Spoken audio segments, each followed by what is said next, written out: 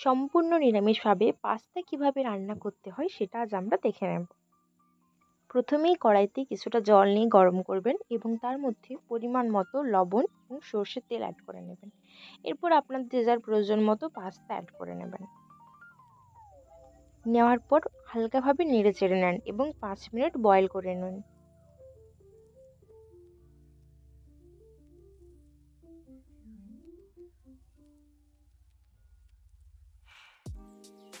দেখতেই পাচ্ছেন পাস্তাগুলো সেদ্ধ হয়ে গেছে। সেদ্ধ হওয়ার পর আমরা এগুলো ছেঁকে নেব, ভালো করে জলটা নেড়ে নেব এবং তারপর কড়াইতে পরিমাণ মতো কিছুটা তেল দিয়ে দেবেন।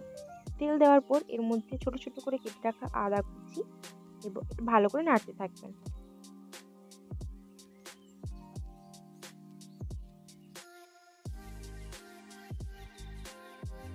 এরপর ছোট ছোট করে কাঁচা লঙ্কা কুচি কেটে রাখা এর মধ্যে দিয়ে দেবেন।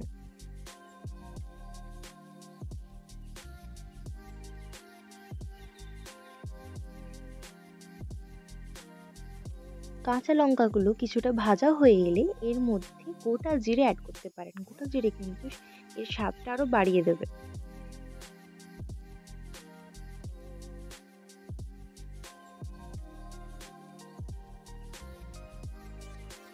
কিছুক্ষণ নাড়াচাড়া করার পর এর মধ্যে ক্যাপসিকামের কুচি অ্যাড করে নেবেন।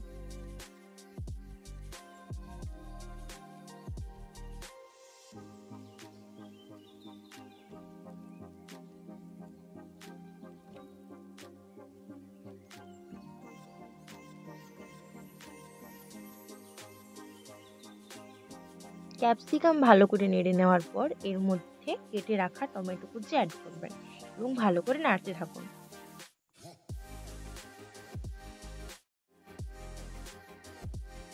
এরপর এর মধ্যে প্রয়োজন মতো হলুদ গুঁড়ো নিয়ে নেবেন। মিশ্রণটি ভালো করে নেড়ে এবার একটি পাত্রে নামিয়ে রাখুন। এবার কড়াইতে কিছুটা তেল নিন এবং কেটে রাখা গাজর কুচি হালকাভাবে নাড়াচাড়া করতে থাকুন। অল্প করে ভাজবেন।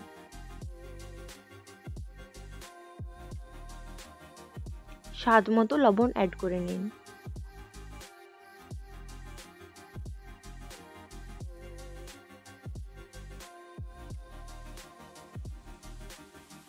গাজরটি অল্প ভেজে নেওয়ার পর এর মধ্যে আগের মিশ্রণটি অ্যাড করে নিন এবং নাড়তে থাকুন।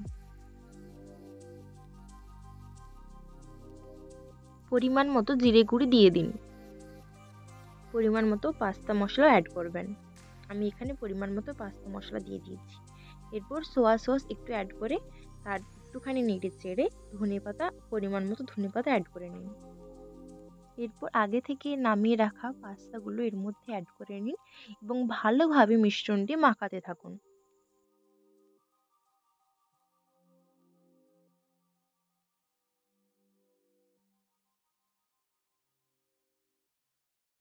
মিশ্রণটি ভালোভাবে মাখানো হলে এর মধ্যে টমেটো সস দিয়ে দিন এবং পরিমাণ মতো চাইলে আরও কিছুটা সোয়া সস অ্যাড করতে পারেন। আমার মনে হয়েছে আমি সেই জন্য আরও কিছুটা সোয়া সস অ্যাড করেছি। দিয়ে ভালোভাবে নাড়াচাড়া করে নামিয়ে ফেলুন। আপনাদের গরম গরম নিরামিষ পাস্তা রেডি।